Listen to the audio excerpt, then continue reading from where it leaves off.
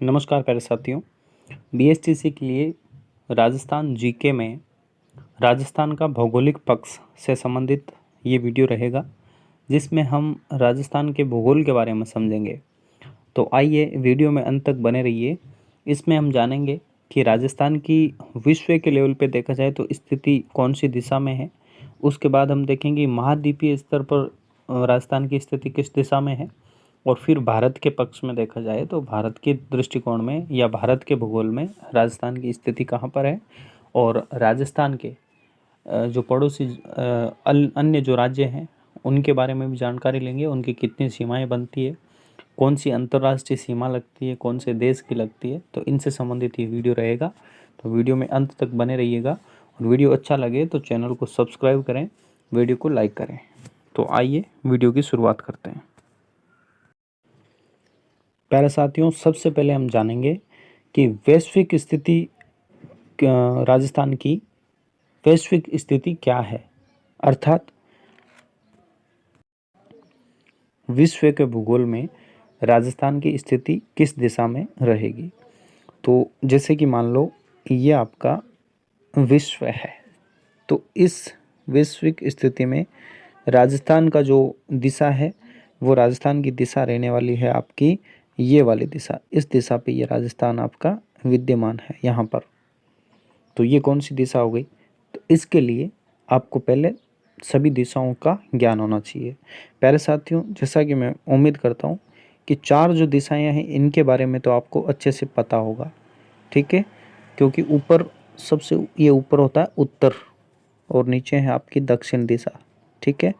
इसके बाद ये पूर्व दिशा हो गई और ये आपकी पश्चिम दिशा हो गई। तो ये दिशा मैं उम्मीद करता हूँ आप सभी को पता होगी, ठीक है, पश्चिम। और इसके अलावा देखिएगा जो दिशाएं हैं, जो कॉर्नर वाली दिशाएं हैं, इनकी हम बात करते हैं यहाँ पे। तो देखिएगा इनको याद रखने का जो तरीका है वो ये है कि ये उत्तर दक्षिण पूर्व पश्चिम लिखने के बाद ये आपके वी, ये आपके आई और ये आपके एन और ए, वीना, ऐसे करके आप याद रख सकते हो। अब देखिएगा वी की फुल फॉर्म भी मैं यहाँ पे बताऊंगा। वी का मतलब ये वायव्य दिशा है। कौन सी? ये वह वायव्य दिशा है, जो कि उत्तर और पश्चिम के मध्य की दिशा को कहा जाता है, ये वाली दिशा, ठीक है। इसके बाद हम बात करते हैं उत्तर और पूर्व के मध्य है आई। तो इस आई का मतलब हो जाता है ईशान। क्या हो जाएगा? आई का मतलब रहेगा ईशान दिशा। फिर उसके बाद आती है एन। एन आपके रहेगा नैऋत्य, ठीक है, नैऋत्य या नेत्र, नैऋत्य इसको कहते हैं, नैऋत्य दिशा, ठीक है, नैऋत्य। फिर आता है ए। ए का मतलब यहाँ पे आ जाएगा आग्नेय, आग्नेय दिशा, ठीक है, आग्नेय। तो इस प्रकार से हमने इन चार दिशाओं को भी और जाना है। तो अब देखिएगा कि राजस्थान की जो स्थिति है वैश्विक लेवल पे देखा जाए तो किस दिशा में है, बताइएगा। अभी हमने समझाया जो कि वी और आई दिशा पे ये आ रहा। आई का मतलब ईशान दिशा में। तो सबसे पहला आप अपना सवाल ये बना कि वैश्विक स्थिति पे राजस्थान किस दिशा में स्थित है। तो ये वैश्विक लेवल पे देखा जाए तो ईशान दिशा में स्थित है। सेकंड पॉइंट अपना आता है कि महाद्वीपीय स्थिति अगर देखा जाए तो महाद्वीपीय स्थिति में राजस्थान कौन से लेवल पे या कौन सी दिशा में आता है। सेकंड पॉइंट अपना कौन सा है? महाद्वीपीय, महाद्वीपीय स्थिति। महाद्वीपीय स्थिति में देखिएगा ये मान लो महाद्वीप है, तो इस प्रकार से तो ये राजस्थान किस दिशा में आएगा बताइएगा। राजस्थान महाद्वीपीय लेवल पे ये आपके इस दिशा में यहाँ पे शो हो रहा है, तो यहाँ पे रहेगा। तो बताइए ये कौन सी दिशा है। तो ये अब आपको पता वी है, ये आई है और ये एन है और ये ए है। तो राजस्थान कौन सी दिशा में? एन दिशा में। महाद्वीपीय एन का मतलब नैऋत्य दिशा हो जाएगी, ठीक है, ये नैऋत्य दिशा में आएगा। तो फर्स्ट पॉइंट अपना विश्व लेवल पे था, दूसरा महाद्वीपीय स्थिति पे आ गया। अब तीसरा हम जानेंगे कि भारत में, भारत अगर देखा जाए तो भारत में राजस्थान की स्थिति कौन सी दिशा में है, बताइएगा। आप सभी जानते होंगे, इसके लिए हमें पहले भारत का नक्शा लेना होगा। तो अब देखिए ये भारत का मैप है हमारे पास। तो इसमें इसको ये बांटते हैं उत्तर दक्षिण और पूर्व पश्चिम।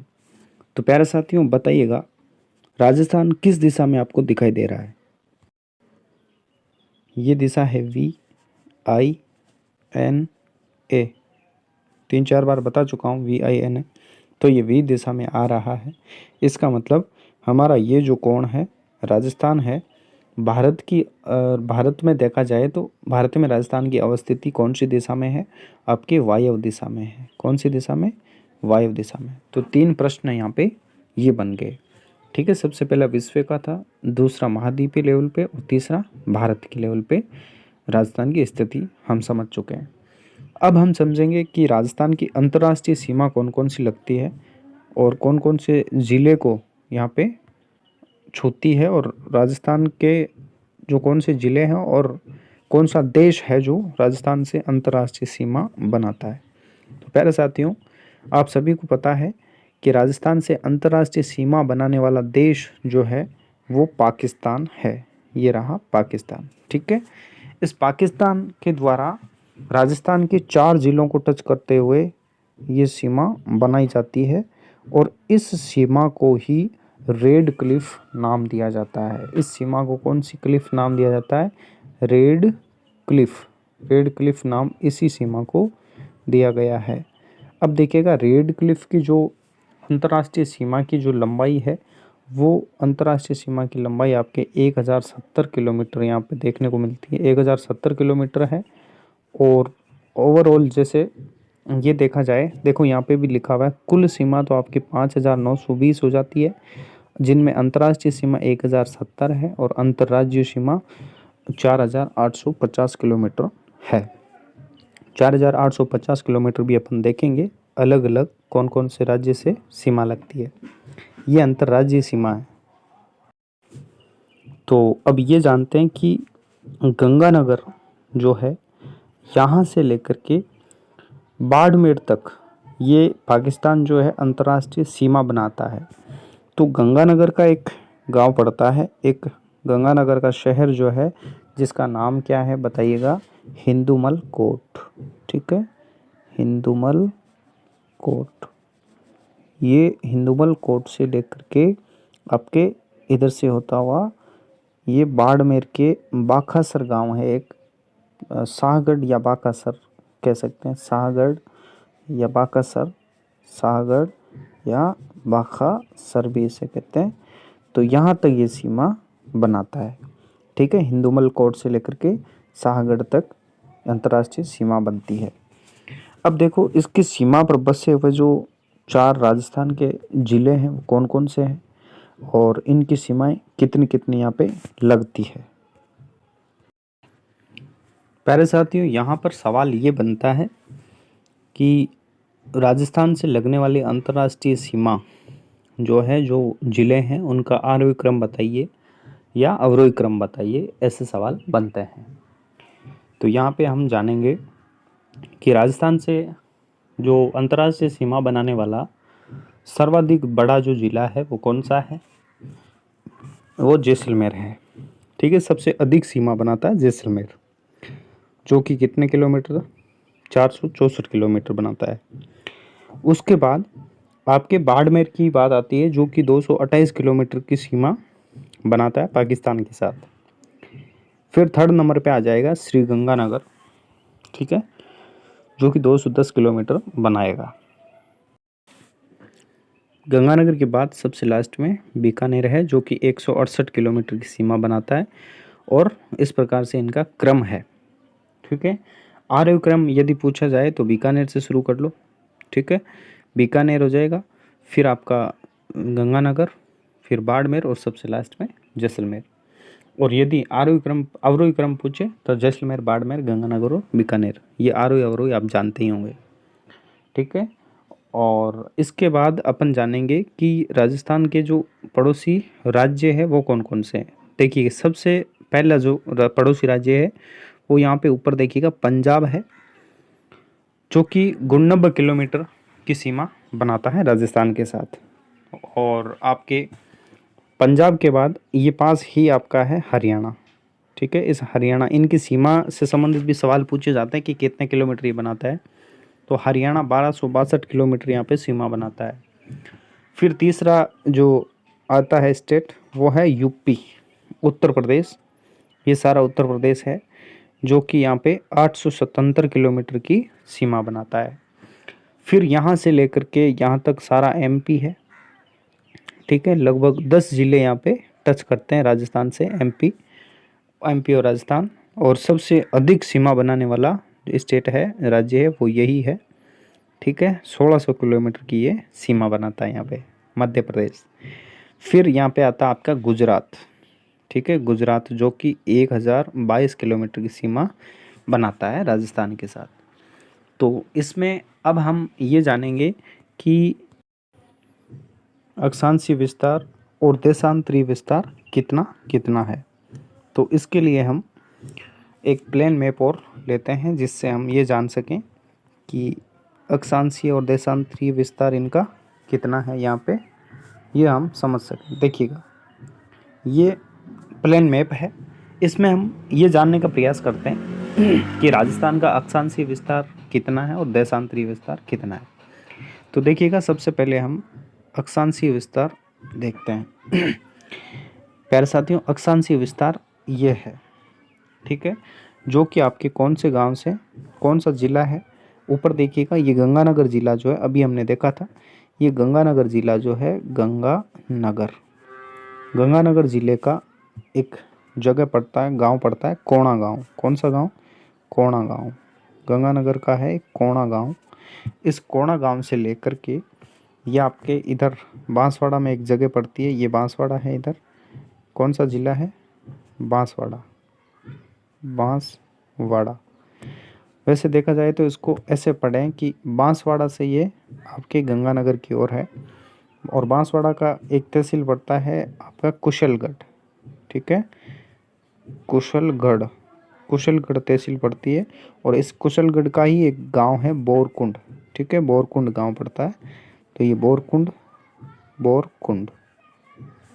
ठीक है। कौन सा गांव पड़ता है भाई? कुशलगढ़ तहसील का एक गांव पड़ता है बोरकुंड। इस बोरकुंड गांव से लेकर के आपके कोणा गांव तक है। और ये है कितनी, इसकी लेंथ, लंबाई अगर देखा जाए, किलोमीटर में देखा जाए, तो आपकी लंबाई भी हम देख सकते हैं। इसकी लंबाई 826 किलोमीटर यहाँ पे है, 826 किलोमीटर, ठीक है ना। ये आपकी उत्तर से दक्षिण लंबाई है। और इसका अक्षांशीय जो विस्तार है वो क्या रहेगा आपका? वो रहेगा कि आपके, ये रहा, यहाँ लिख देता हूँ मैं, 23 डिग्री 3 मिनट्स नॉर्थ, है ना, पूर्व उत्तरी से। आपका ऊपर भी क्या रहेगा बताइएगा? 30 डिग्री और 12 मिनट यहाँ पे रहेगा। 30 डिग्री और 12 मिनट यहाँ पे रह जाएगा, ठीक है। 30 डिग्री और 12 मिनट, 30 डिग्री 12 मिनट नॉर्थ, दोनों ये नॉर्थ होगा, ठीक है। दोनों तरफ उत्तर से उत्तर ही होगा। तो 30/12 और 23/03, तो सही उत्तर क्या हो जाएगा? 23/03 से 30/12 नॉर्थ यानी उत्तर, ये आपका रहेगा। अक्षांशीय विस्तार जो पूछा जाए तो 23/03 उत्तर से 30/12 उत्तर, ये आपका रहेगा। और यदि आपसे ये पूछा जाए कि राजस्थान की उत्तर से दक्षिण लंबाई कितनी है, तो 826 किलोमीटर आप बताएंगे। और यदि ये पूछा जाए कि कौन से ज़िले से लेकर कौन से ज़िले तक है और कौन से गांव से कौन से गांव तक है, तो गंगानगर का आपका कोणा गांव आ जाएगा, और बांसवाड़ा का कुशलगढ़ तहसील का बोरकुंड गांव यहाँ पे देखने को मिलेगा। तो ठीक है, ये आपका सही जवाब रहेगा। तो ये हमने समझा कि इसका अक्षांशीय विस्तार और उत्तर से दक्षिण की इसकी दूरी कितनी थी। अब हम ये जान लेते हैं साथ के साथ ही कि इसकी जो दूरी है वो कितनी रहेगी और देशांतरीय विस्तार इसका क्या रहेगा। तो आइए इसमें ये भी समझते हैं।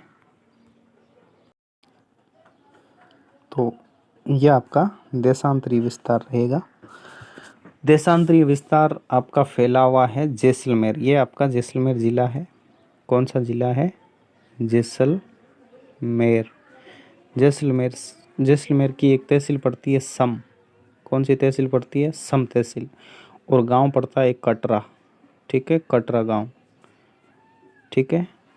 तो जैसलमेर के सम तहसील का कटरा गांव से लेकर के यहाँ पे आपके इधर पूर्व दिशा के अंदर आपका गांव पड़ता है, एक ज़िला आएगा, ये धौलपुर है, ठीक है, धौलपुर।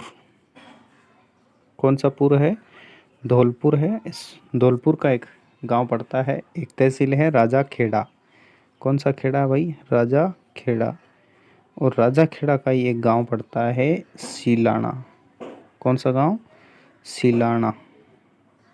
तो कटरा गांव से सिलाना गांव तक, सम तहसील से राजा खेड़ा तहसील तक, और जैसलमेर से धौलपुर तक, यह आपका देशांतरी विस्तार है, जिसकी दूरी जो है वो कितनी हो जाती है बताइएगा?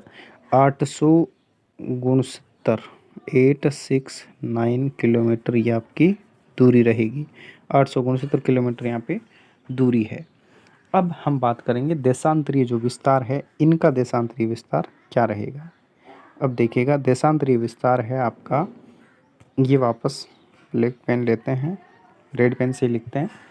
तो आपका यहाँ से उत्तर से यह क्या, पश्चिम से पूर्व की ओर देखिएगा 69 डिग्री आपका, और 30 मिनट ईस्ट से, यानी पूर्व से, है ना, ईस्ट से पूर्व से आपकी क्या रहेगा? 78 डिग्री, 78 डिग्री आपके 17 मिनट ईस्ट ही रहेगा। तो ये आपका देशांतरी विस्तार रहेगा राजस्थान का। तो ये हमने राजस्थान का उत्तरी और आपका अक्षांशीय विस्तार और देशांतरी विस्तार भी समझ लिया है। अब एक सवाल और बनता है जो राजस्थान की आकृति से संबंधित है, कि राजस्थान की आकृति किस प्रकार की है। तो प्यारे साथियों, उसको ध्यान से देखिएगा। ये पतंग आकार का आपको दिखाई दे रहा है, जैसे जिस प्रकार से पतंग होती है उस तरह का ये दिखाई दे रहा है। तो पतंग के समान आकृति ये एक विद्वान ने बताई थी, जिस विद्वान का नाम परीक्षा में कई बार पूछा जाता है। तो उस विद्वान का नाम है आपके T.H. हैंडले। क्या नाम था? T.H. हैंडले। इन्होंने इसे, राजस्थान का जो मैप है, इसे पतंग के आकार का बताया था, ठीक है। और इसे कई बार विषम कोण चतुर्भुज भी कह सकते हैं, यानी ये आकृति जो है रोम्बस के जैसी है, तो रोम्बस भी लिखा हुआ आ सकता है। मेन चीज़ आपको ये विद्वान का जो नाम है वो याद रखना है, कि आपको सर्वप्रथम जो पतंग के आकार की आकृति कहने वाले कौन थे? T.H. हैंडले। तो इस प्रकार से हमने राजस्थान के जो बेसिक जो भूगोल की क्लास होती है वो अटेंड की, ठीक है। बेसिक से बेसिक यही होता है, जिसमें हम राजस्थान की स्थिति, विस्तार और राजस्थान के आसपास के कौन कौन से ज़िले सीमा बनाते हैं। तो ये हमारा वीडियो था। वीडियो अच्छा लगा हो तो चैनल को सब्सक्राइब करें और वीडियो को लाइक करें, कमेंट करें कि और किस प्रकार की वीडियो बनाना चाहिए, ठीक है। वीडियो अच्छा लगा हो तो सब्सक्राइब ज़रूर करें। Thank you.